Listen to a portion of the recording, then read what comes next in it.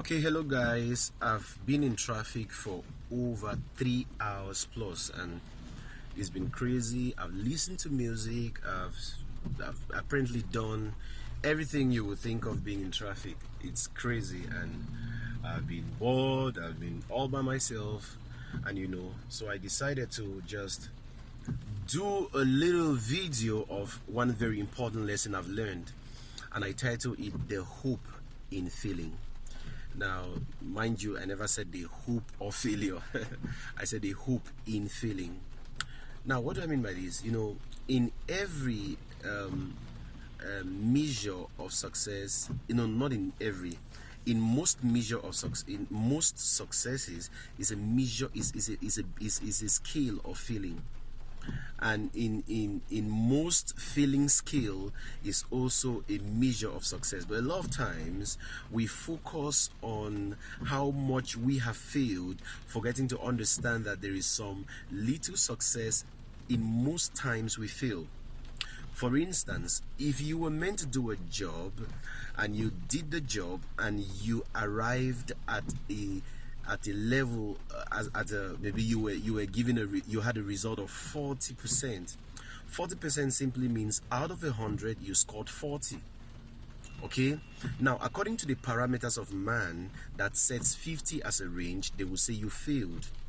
But if you check in real sense, you failed 60% and you passed 40%. But you go home downcasted and angry, saying you failed, not even focusing on the fact that you had 40% success. So as a matter of fact, success is inversely proportional to failure or failing. Now look at someone who had 90% in an exam. He celebrates all the way and said, I succeeded. As a matter of fact, he succeeded because of the standards of man that says the average is 50 and he made 90. But in reality, he had 10% failure. I remember one time when I was in secondary school, and then I had this classmate of mine. He was so brilliant. At the time, we had history. I never liked history, and in that history exam, I had about 5 on 20, and I was really bitter. And he had 18 on 20, and he was angry. Why was he angry? He was not happy because he failed 20%. So he was focused on the 20% he failed. You see? So your focus is more important than what's really happening. What do you focus on? Focus on success, how much you've succeeded.